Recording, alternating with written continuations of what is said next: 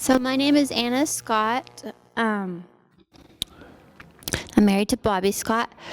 So I grew up in church, and I was real involved in church as a kid. And my parents, I remember seeing them read their Bible and stuff like that. But at the age of 14, I began smoking pot and drinking and doing cocaine and having sex, skipping school. And at the age of 15, I got pregnant and had my son when I was 16. I ended up having, by the time I was 21, I had 4 kids. And their dad was very abusive. And he was addicted to pot. I left with my kids and moved to Snyder. Doing really good. I was working and taking care of my kids, and I got a car. But then I began drinking again, and I got addicted to pills, and got into another abusive relationship. And he ended up hurting me, so I packed up my kids and we moved again. And we moved to New Mexico. And I was addicted to pills, but I couldn't find any pills in New Mexico. So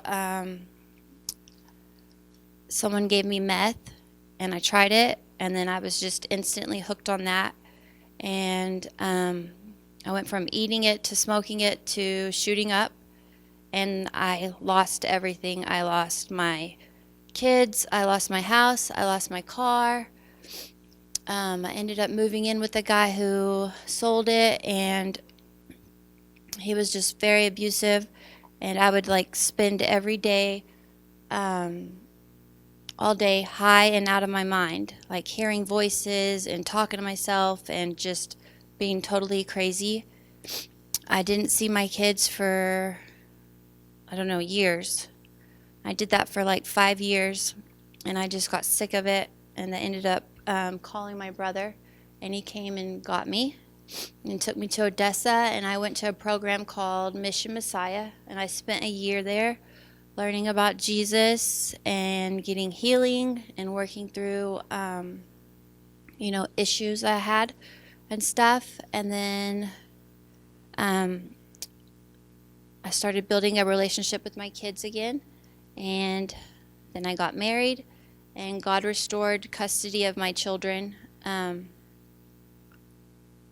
so, yeah. Oh, and then I already said I got married, right? Okay.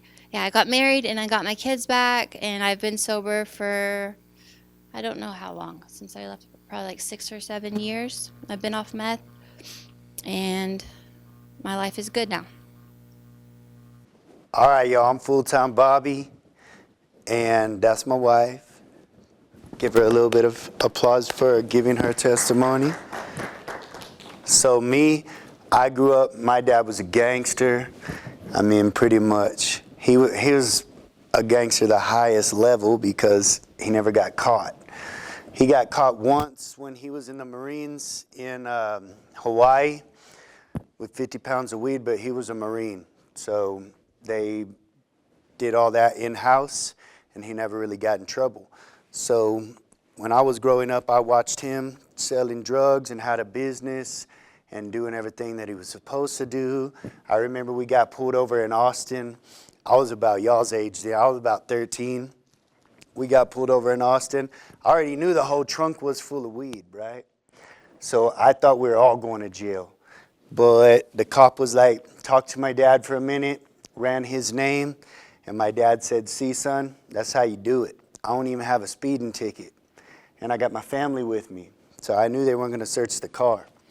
So when I'm growing up, I'm thinking, that's what I'm going to do, right? I'm going to be just like him. And so, I don't know, from the time I was probably 10 till the time I was 15, 16, there's a bar. It's still here. It's called Riley's. We went there every day after my dad got off work, and we would stay there.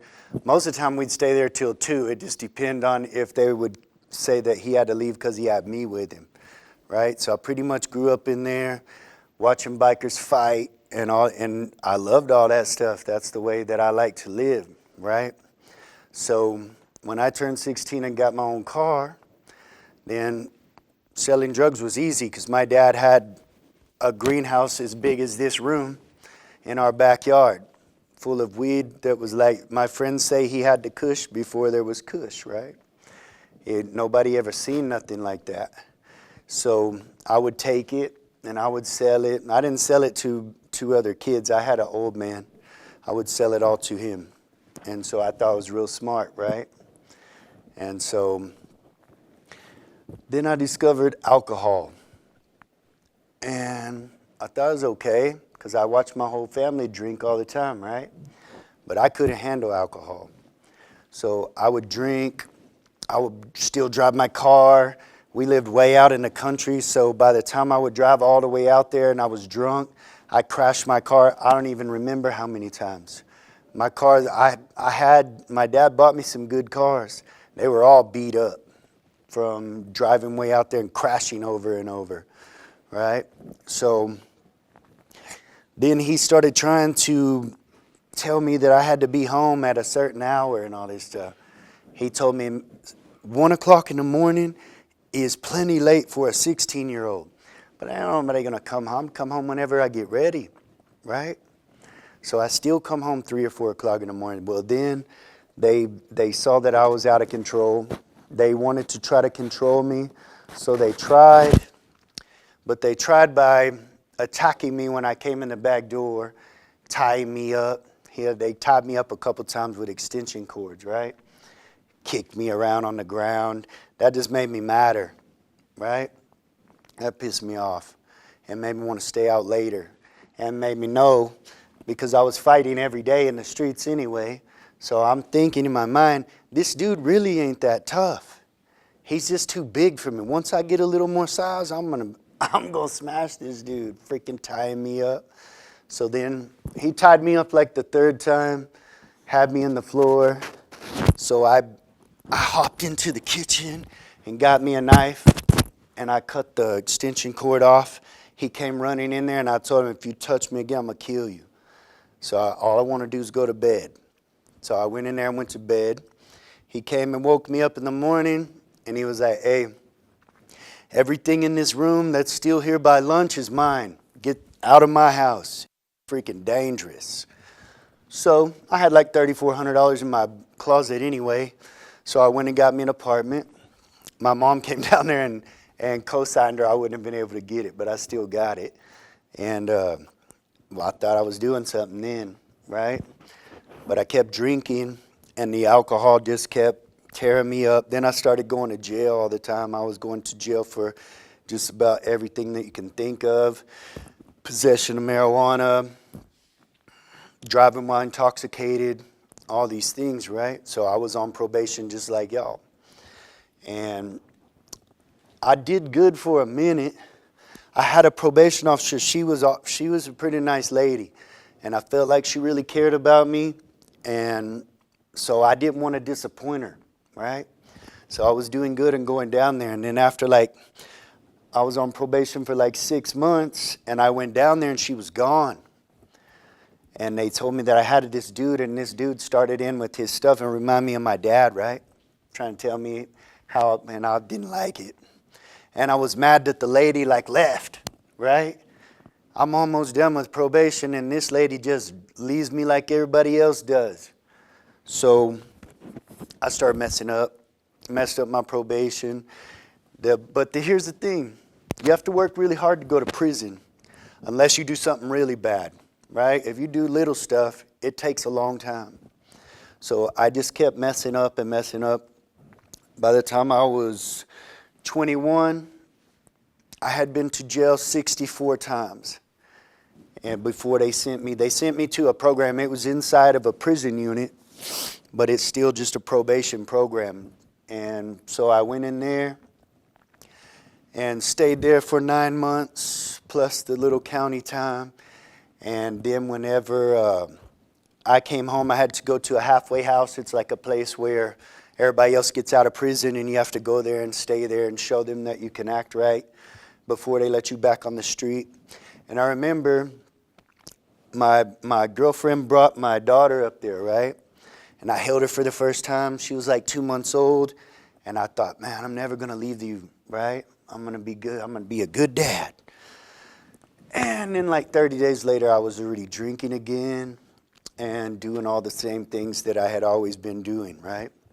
So I reined it in a little bit, stayed on that probation for a while, and my girlfriend got pregnant with my son. I stayed out for like 2 years and then went back to prison. I went to real prison the second time. And so I was in prison and I was thinking, man, you know what? I'm going to be good when I get out. I'm going to do something different. So I got out of prison. I went to church, tried to hang out with my kids. I got uncomfortable. I started drinking again. And then I knew that I couldn't handle alcohol. So at that point, as soon as I would start to drink and get drunk, I would want to do drugs so that I wouldn't be drunk anymore, right? So I would start doing drugs. Then I had from 21 till I was about 23, I was building a business, doing really good as far as work and stuff, right?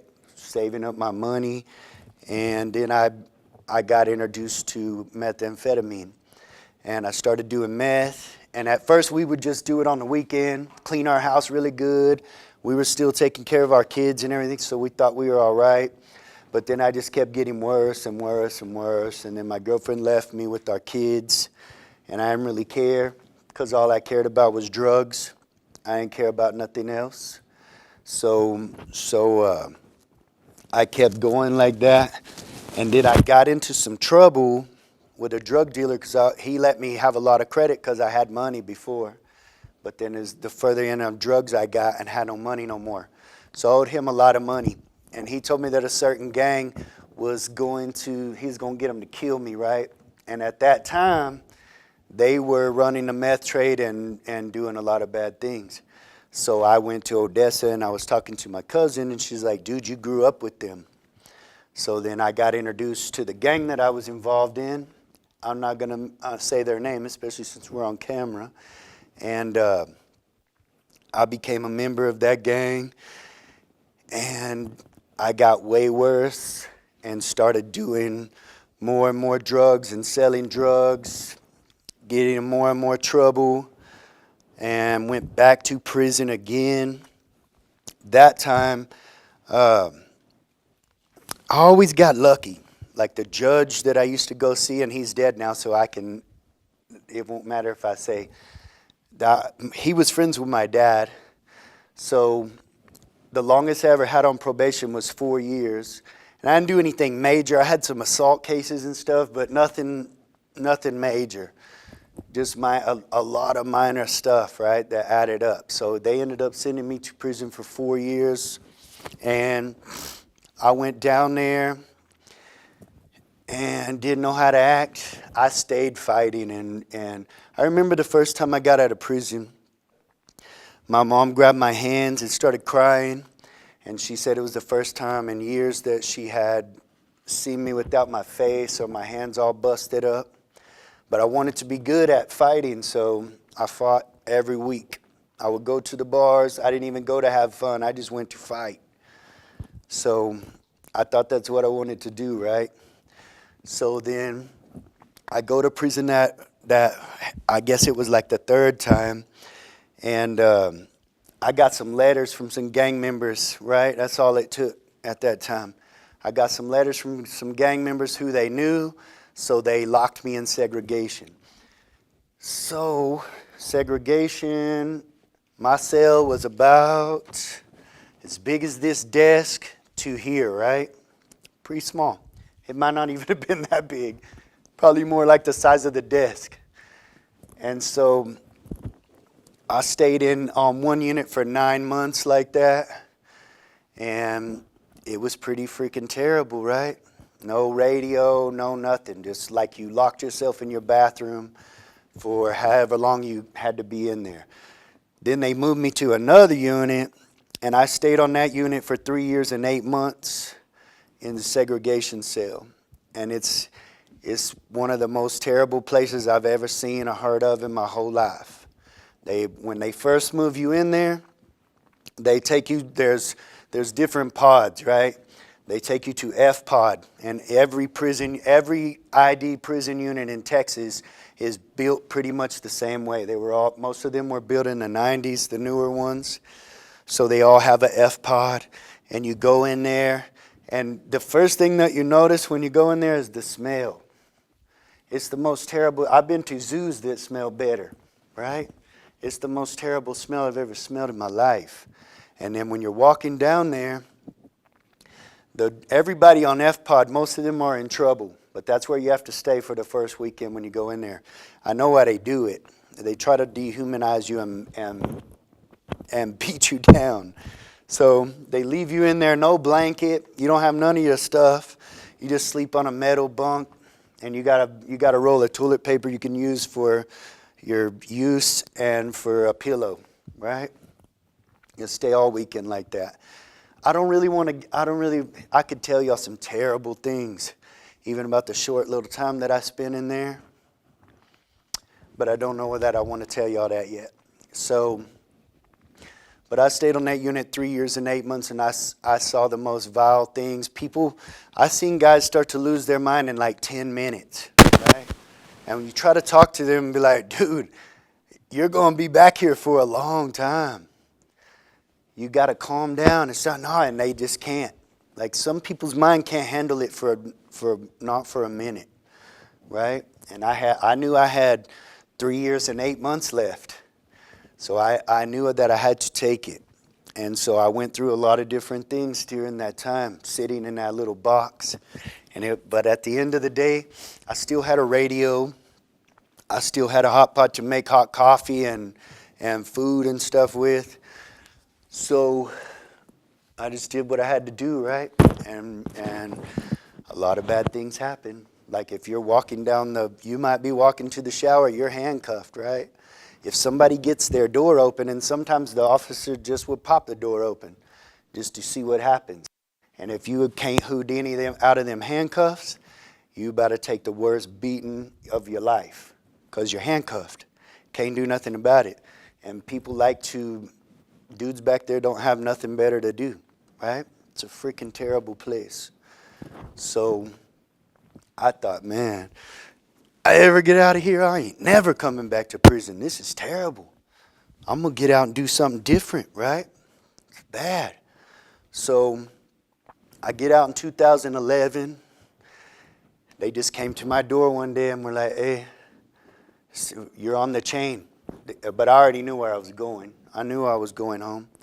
So I came back to Odessa. But this girl picked me up from the bus stop in Big Springs.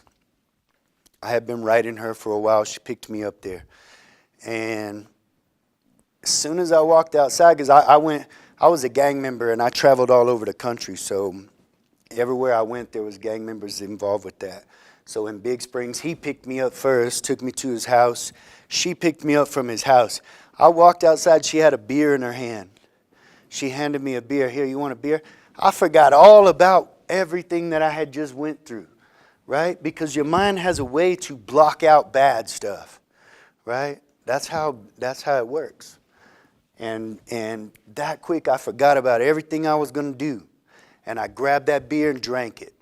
And that's right back on the same stuff.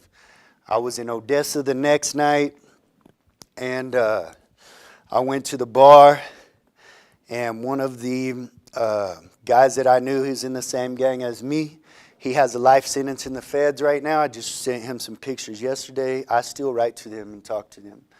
But he was at the bar. He had a handful of meth. He's like, here, bro, you want some? So all the things that I thought about for 4 years while I was locked up, I forgot about that in 30 minutes. That quick. You know what I mean? That quick. From the time I went from Huntsville to Big Springs, I already forgot about all that. We're right back onto the same stuff that we were doing. So then I kept getting worse and worse again. And I saw my kids kind of sporadically. And then I did get a job in the oil field, so they kept me out these locations. That's the only reason I stayed out of trouble, because I would stay out there for months at a time. So I stayed out for like 4 years, right? And then I started slipping again, so I thought if I left from here, maybe I could do better. So I left and went to Missouri. I stayed out there for a while. Everywhere I go, though, as soon as I got to Missouri, I found all the bros that were there. They're all over the United States, and some even in Egypt. I could tell y'all a whole story about that. But so I'm out there in Missouri. I find all those bros. So here in Texas, every town has a bunch of those guys from that gang, right? So every town has a captain and all their little ranking structure. But out there, there's not that many. So I was the captain over 4 states, in Missouri, Oklahoma, Arkansas, and Indiana. And I would travel between those, or Illinois, I'm sorry. I would travel between those 4 states and thought that I was doing good. I thought that's what I was supposed to be doing. I thought I was doing the right thing, right? So, yeah, and it just kept getting worse. I know we were in Oklahoma, and they're like, bro, hold this rifle. If these dudes start coming out, just start shooting them. And I'm like, these dudes are crazy, right? So we end up getting in a gunfight that day. Then this guy told me that we were going to go fight these other guys on the way to Missouri. Well, cool, I like to fight. So we go over there. We didn't even get out. We barely got out of the car. They were shooting the car. So we jump in the car and he takes off. And I'm like, bro, I thought we were going to fight them. He said, we are, with guns. That's how we fight over here. So I'm thinking in my mind, I'm about to get out of here. I'm about to go back to Texas. This is crazy. I was 37 years old at that point, and I didn't feel like that was a good look for me, right? Second gunfight in a month. So I come back to Texas. 2 days later, I get pulled over. I had a warrant, which I knew. I cashed a check that wasn't mine, in my name and everything. I knew that I was going to get caught for it. I didn't care. I needed the money that day, and I wanted it. I didn't care if I got caught or not. So I got arrested for that. I went to jail in Odessa, and I was over there just doing my thing as part of it, right? I'm going to jail my whole life. So in jail, the only place where all the whole jail can come together is in church. So I would go to church just so that I could talk to the other gang members that were there. And we're doing our thing. I didn't even care. I thought that's what you're supposed to do, right?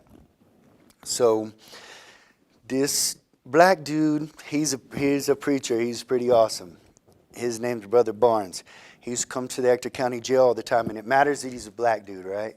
I'll tell y'all why in a minute. So he gets in my way one night, and he's like, hey, boy, ain't you tired of being a slave? And I was like, dude, do you know who I am? Don't you ever get in my way. I'll shut this whole jail down. He said, I know exactly who you are. That's why I'm talking to you. And I said, dude, why do you care? You're an old black dude. I'm a white Aryan gang member. I got nothing for you. And he said, because, man, Jesus loves you. That's why I care. So he told me, I'm going to give you this King James Version of the Bible. And if you'll just read it, it's going to do a lot of things for you. You're not always going to understand. As the Holy Spirit comes upon you, begin to understand. And if you just read it, it's going to build your vocabulary, and it's going to change your life. And I said, all right, Brother Barnes, give me the Bible, man.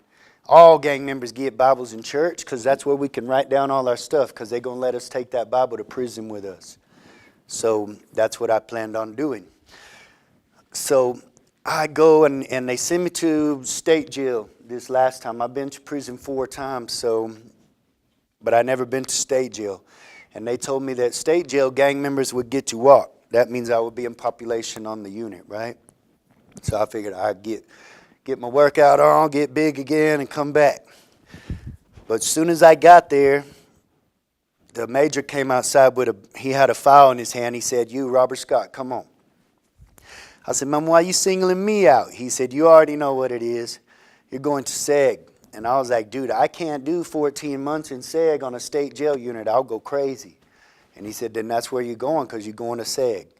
So like I said, on a prison unit when you go to SEG, it's pretty bad. But you still got a radio, you got a hot pot to make hot food and coffee. They let us out to fight. They let us out to tattoo, all kinds of stuff going on, right? In still ain't nothing going on. However long you got, if you're in SEG, you're going to stay in SEG for the whole time. I had 14 months left. So I go in there the first day. They got a book called Lonesome Dove. Y'all ever heard of Lonesome Dove? They got a movie too, right? Well, I've seen a movie a lot of times. So this book is 1,164 pages. And I read that in 3 days.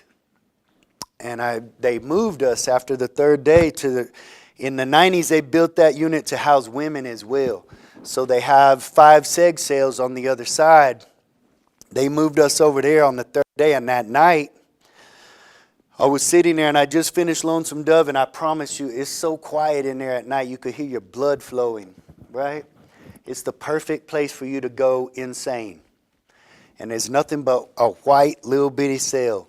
No radio, no nothing. You can't hear nothing. You can't see no people, nothing. You can see one officer and you can kind of talk to the other people that are back there with you. So I thought, man, then Brother Barnes' words came back to me, right? And I thought, man, Jesus won't let me go crazy. I'm going to read this Bible. And I looked at it in Lonesome Dove, and I thought, man, they're about the same size. So I bet I can read this Bible in the same amount of time. So I started reading it January 1st, 2016.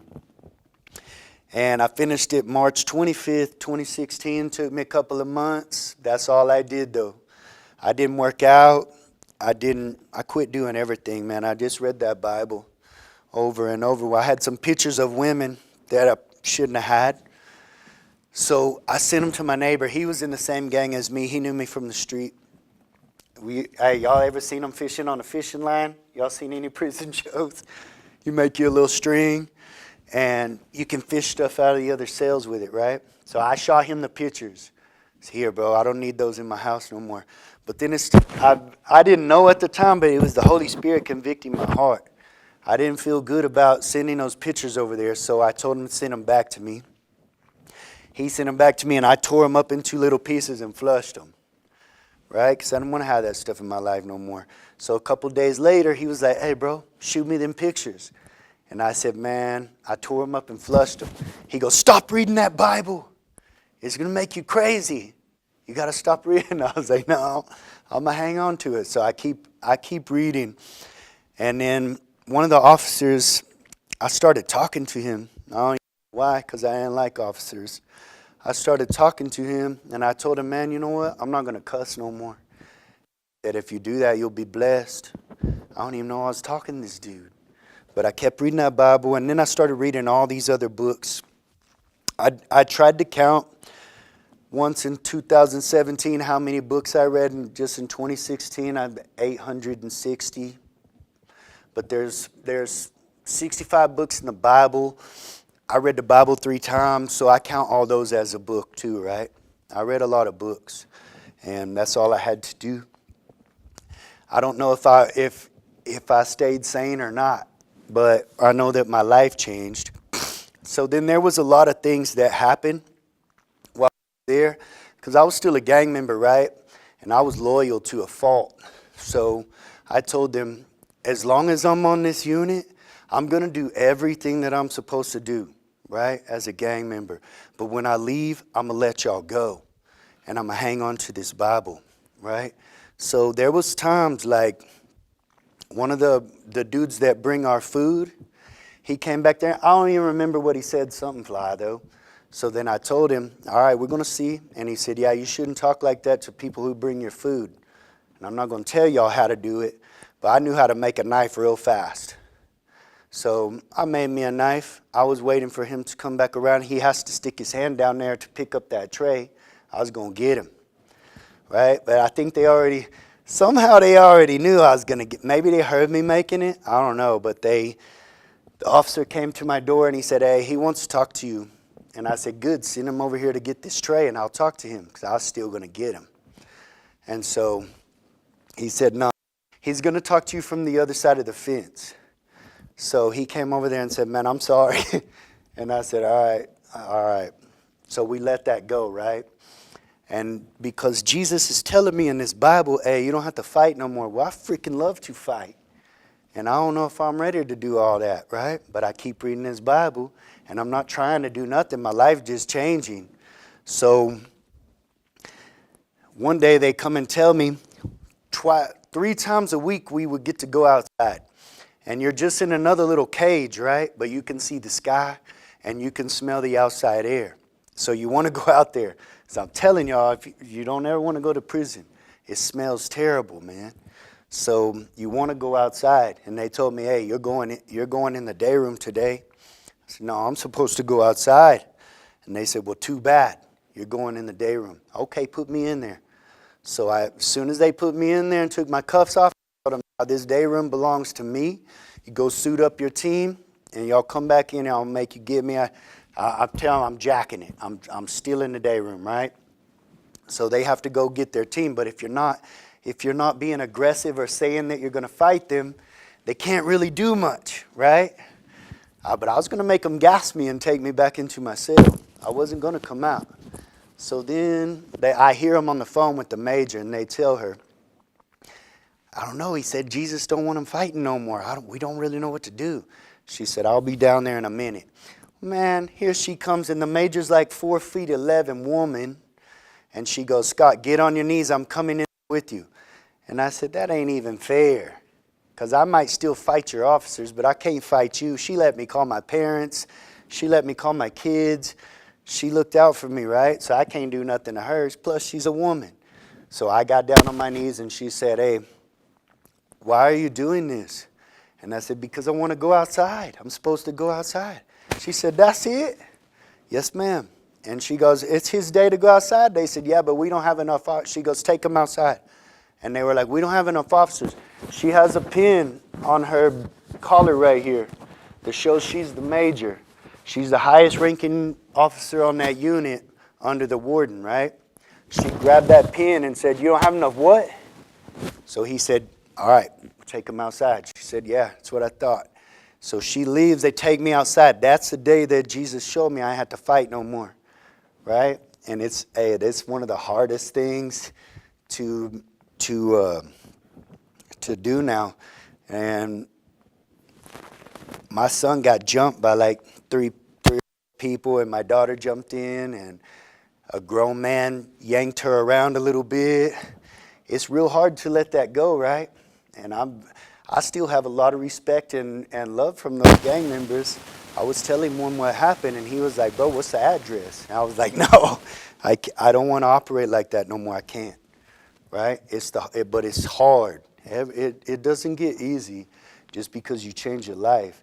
You have to freaking want to do the right thing, because sometimes it's harder to do the right thing than it is to do bad things, right? Sometimes it's terrible trying to do, but at the end of the day, when you don't get involved with things like that, you'll be blessed. And I told my son, don't be doing that, and especially don't take your sister. What the heck were you thinking, right? So then moving forward, and because now that I told y'all about him, I got to tell y'all about the rest. So moving forward, I came out of prison. Man, I got a video somewhere. I should have had it ready. When I got out of prison and I came home that night, I was going to go. I had been working on going to this program the whole time I was there. It's called Teen and Adult Challenge. It's in South Midland, right? But you have to be 18 to go there. I was working on going there the whole time. And then the last day I was there, because my kid's mom hung herself while I was there. I went through a lot of bad stuff, right? And so I had talked to the counselor before, and she came down there the day I was getting out, and she goes, hey, we don't want you to get upset or anything, but you're not going to be able to go to that program because we can't get your blood work to them and some whatever, right? I told her, I don't care. God already told me I was going to that program. That's where I'm going. So I remember walking, and I tried to spend all my money. Like, I didn't want to get out in El Paso. I was a heroin addict as well as a meth addict. And El Paso's where you go, right? And most white dudes couldn't get heroin, so I knew where to get it and knew the right people to get it from. So I knew if I was in El Paso and I had money, I could come back to Odessa with a lot of heroin and I could set it off again, right? So I told everybody on one row, because all the gang members were on the bottom row, and people who got in trouble were on the top. I didn't really mess with them. But I told all the gang from every gang, all the ones that were back there, I said, everybody tell me what you want from the store. I'm going to get everybody something. I'm going to spend all this money. So I tried to spend all my money that I had on my books, and it just kept having more. Every time I would get my little card back, I had more and more money on it. So I get out, and I'm in El Paso, and I got like $800. So I remember I went and cashed that check, and I was walking in Walgreens to give me something to drink. I walked by somebody. I smoked since I was 10 years old, cigarettes, right? I walked by this lady that was smoking, and I thought, man, that smelled pretty good, right? So I walk in there, got me something to drink. I see all those cigarettes on the wall, and I was like, no, I'm not doing that because I'm going to that program, and you can't do that and go there, right? So the minute that I walked outside, it smelled like death. And anytime when I smell cigarettes now, it smells like death to me. I don't like it, right? But for that's where God's showing you, like, there's going to be temptations, right? But along with the temptation, He'll provide a way out. If you the Bible says to resist the devil and he'll flee from you, right? So the minute that I resisted, everything was okay. And I didn't want to do that anymore. So I went to that program, and then I got to tell y'all this part because y'all are all males. I went to that program, and I'm getting myself together. Everything's going good. I'm learning all kinds. I'm learning how to operate as a Christian out in public. But I'm thinking, I'm going to need a wife, though. And I remember I'm just looking at all over the place, right? I remember this one girl came to the program, and I'm out there with the program director, and I was like, yep, that might be my wife, Randy. And he goes, it's got crazy. So then I'm at, they used to have a Christian concert called Rock the Desert. I was out there selling crosses because at that program we make crosses. It's one of the jobs that we do, right? And then we sell them out into the community to help the program. So I see this girl that I knew, and I knew that she was in the program called Mission Messiah. And so I was like, yeah, the Mission Messiah girls need a cross. So I get a cross, and I take it to them. And it was my wife's sister. So my wife says, hey, you think that's my husband? And her sister said, nah, girl, your standards are still real low. That dude ain't no good. Now she's my sister-in-law, right? So I'm just telling y'all all this to show you, like, God has a plan for you, right? A plan to prosper you and not to harm you. A plan to give you a hope and a future, right? So while I'm looking all these ways, God has a good plan for me. I just had to get out of His way. So about a year ago, my wife was showing me in her prayer book where she knew that I was her husband from the first time that she saw me, right? And then she wrote in that prayer book again where she saw me at Golf Course Road Church. And so I took her sister out on a little date, and then I showed my friend their picture, and he was like, bro, why did you go on a date with that? You should have went on a date with that one. And I was like, dang, you're right. So I messaged her, and I said, hey, would it be weird if I asked you out at this point? She goes, no, I told my sister not to go with you when you come in to get me. So I go get her, right? And I would always see, I had been following her around for a minute. And I would always see her at church. She ran like the children's ministry, and she always had these two little girls with her, right? And so I thought, shoot, I can deal with two little girls. Girls are easy. They're easy to deal with. So then I'm already all in and dating her, and she's like, oh, I have 4 kids, 2 teenage boys too. Oh, no, so I broke up with her, right? But then God was putting on my heart that was my wife. So I get back together with her, and her boys were terrible. Man, these dudes were the worst, right? So I didn't even know how to be a dad. I never been nobody's dad before. So, and these dudes were just doing, man, everything, punching holes in my walls. I was trying to go up to the school to talk to the school. They were getting in trouble at school, doing all this stuff. And I saw this meme where like it said, yeah, some of y'all ain't never been spanked in a circle before, and it shows, right? So I spanked the younger one in a circle in the backyard and made him sit down. And then I think I probably pushed the older one to it because I grabbed him and I shoved him into the wall. But he tried to attack me too. It didn't go very well for him. But I didn't hurt him or try to punch him or anything. I just grabbed him and held him down, right? So, and that, I'm going to tell y'all why I told you that. About 2 years, about a year ago, it's been about a year now. About a year ago, the younger one told me, he said, hey, we had it made living over there with our mom. We did whatever we wanted to. And then here you came trying to tell us what to do. He said, I ain't going to lie, Bobby, we're trying to get you. I was like, all right. So I told him, I'm just going to tell him what I said. I said, hey, your mom's hot. I'm not going nowhere. You're stuck with me, right? But it took me 5 years of being with her before we started coming around. I had, now they both work for me. Both of them work in my business. The younger one's only 18 years old. He has his own apartment. He has his own truck. He drives one of my company trucks. People meet him and they'll never think he's 18 years old, right? He just got tired of all the other stuff quick, which thank God. Because, hey, y'all could leave out of here, leave out of this program, get off probation, and never get in no more trouble. And that's what I hope for all of y'all, right? And then I try to I tell my stepsons and my son all the time, like, look what I went through, man. You don't want to do that. There's so much better stuff to do. And all of our boys are doing good, right? All of them have houses and cars, and they work every day. My son they're all my sons, but my blood son has his own business. He's doing well. Then my older stepson, he works for me too. He hasn't been really as bad since that last fight he got in where they jumped him. There's a pretty big dude picked him up and slammed him and broke his ribs, right? That calmed him down a little bit. And he has a baby, my little grandson Cash. So that helped him calm down too.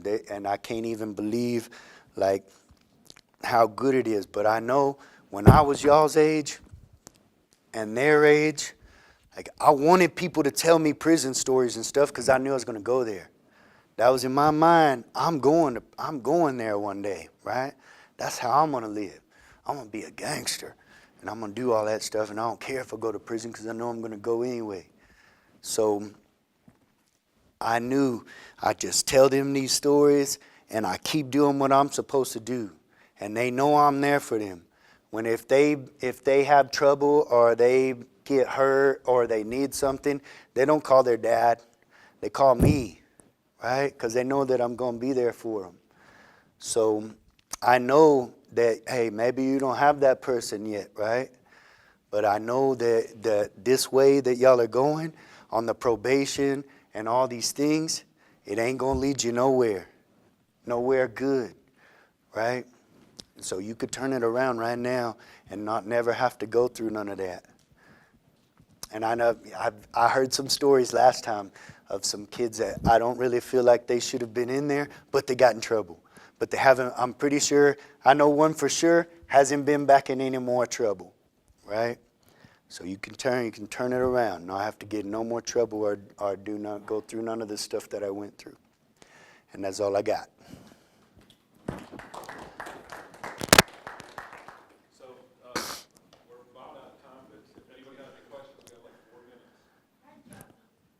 Who? Remember, I was at that concert and I gave him a cross. And that's the first time that she saw me. And then I knew her sister, right? So I took her sister out on a date, and then I shouldn't have done that. That's how I met her. Any more questions?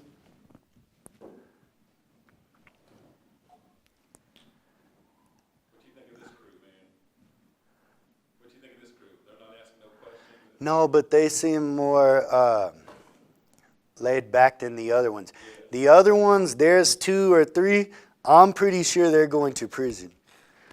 They're just like I was. They wanted me to tell them more and more. Then they want to know if I ever stabbed somebody.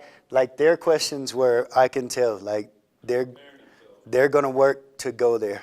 They're gonna be in prison. Sad. It's sad. I'm not glorifying that. It's terrible.